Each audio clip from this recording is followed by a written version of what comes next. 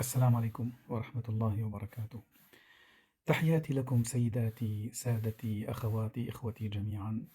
أنا بفضل الله عز وجل أجريت لي العملية يوم الخميس بكتفي هذا الأيمن، والأمور بصراحة كانت صعبة. العملية صعبة، هي العملية سهلة ولكن عواقبها صعبة. كانت الآلام حادة جدا وأنا الآن متألم، لكن متألم أكثر من هذا النزوع الطائفي الشديد الأحمق عند كثير من السوريين، النخب، فقط النخب.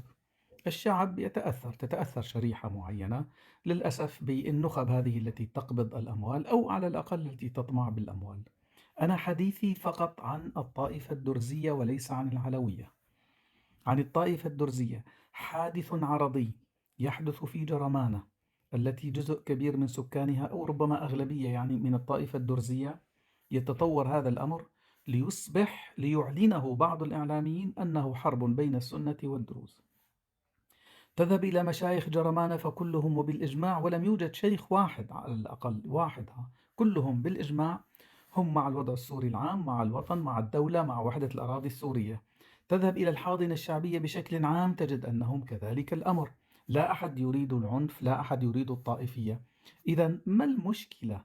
ما الصعوبة أن تأتي مخابرات النظام السابق أو إيران أو دولة ما أن تحرك فصيلا ما، 5 أشخاص يقولون لهم خذوا هذه 100,000 دولار، شكلوا مجلسا عسكريا مؤقتا، عصابة ما إلى آخره، تتحدث بنفس طائفي وخطاب طائفي ضد السنة وما إلى ذلك، ثم بعد ذلك يرتكبون الجريمة التي حدثت يوم أمس عندما قتلوا أحد عناصر الأمن العام وكانوا بسيارة مدنية.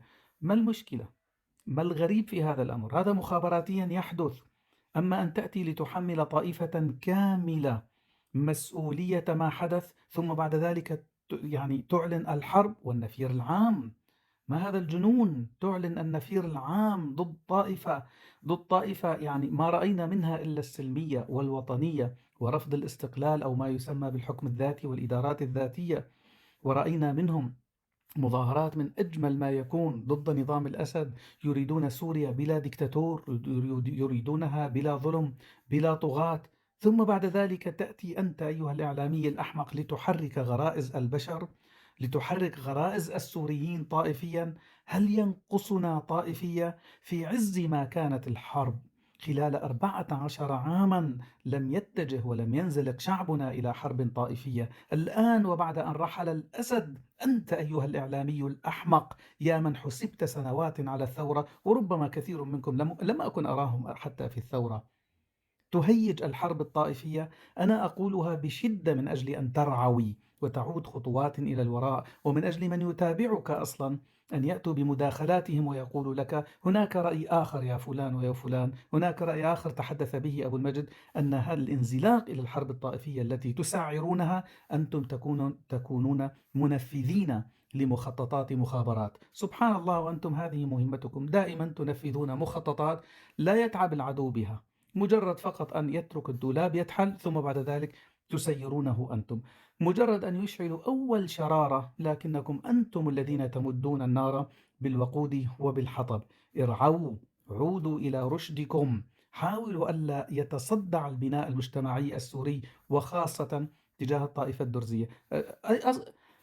أصلا يمكن لأي مخابرات الآن أن تصنع من 5 أشخاص من المسيحيين حالة أيضا مماثلة، ثم بعد ذلك حضرتك ستعلن حرب على طائفة مسيحية كاملة وهكذا. أنا الآن لا أتحدث عن العلويين على فكرة، لي عن العلويين حديث آخر. من يتحمل مسؤولية بؤر التوتر من الطائفة العلوية هي الحكومة الحالية التي أطلقت شعار اذهبوا فأنتم الطلقاء. لا تظنوا بأن هذا الأمر نحن غافلون عنه، ولا يوجد تشابه أصلا ما بين الطائفة العلوية وبقية الطوائف السورية. لا أطيل أكثر من ذلك، أرجو التعليق منكم الإخوة والأخوات، وأشكر مرة أخرى من سأل كثيرا ليطمئن عن صحتي. أنا بخير الحمد لله، مع وجود آلام إن شاء الله. إذا وجدت أن الخطاب الطائفي ينحسر، اعتبروا أن وضعي الصحي سيتحسن.